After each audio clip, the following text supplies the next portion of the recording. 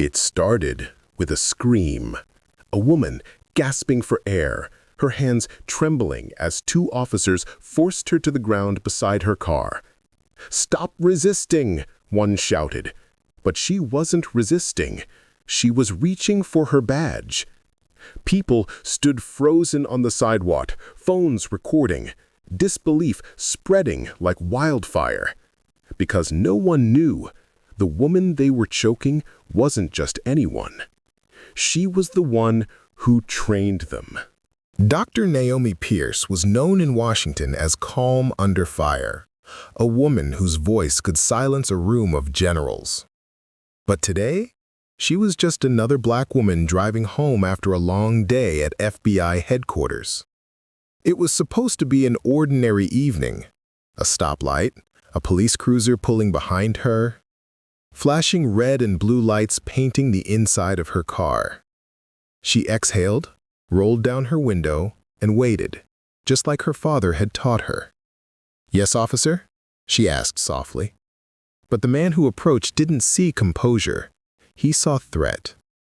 He saw color. And when she reached into her purse to show her ID, he thought she was reaching for something else. "Hands where I can see them!" The shout made her flinch.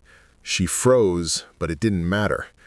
Two officers yanked her from the car, pressing her face into the asphalt.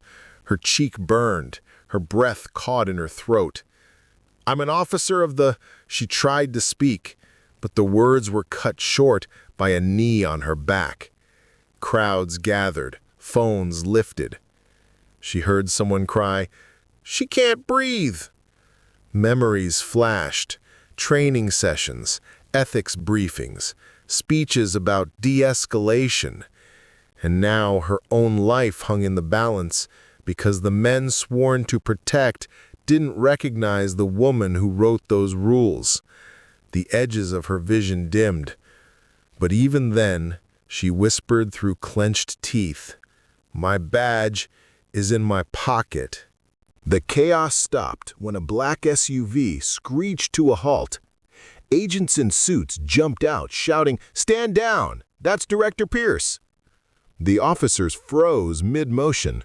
One of them stumbled backward, eyes wide as he realized what he'd done. The woman beneath him wasn't a suspect. She was his boss's boss's boss, the director of the FBI. As the agents helped her to her feet, silence fell over the street. The crowd's recording phones lowered, because for the first time, the power imbalance had flipped. Naomi brushed the dust from her blazer, her voice steady but cold. "Names," she said quietly. The officers stuttered, faces pale.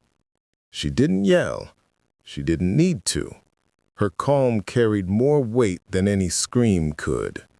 Hours later, as she stood before a press conference, cameras flashing, her voice broke just slightly. "This isn't about me," she said. "It's about what happens every day to people without cameras, without power, without a title." The video of her arrest went viral, and though the world was outraged, she only hoped one thing: that maybe the next time an officer pulled someone over, they'd see a human being first, not a profile, not a stereotype, just a person. Because justice, she said, means nothing if it only protects the powerful.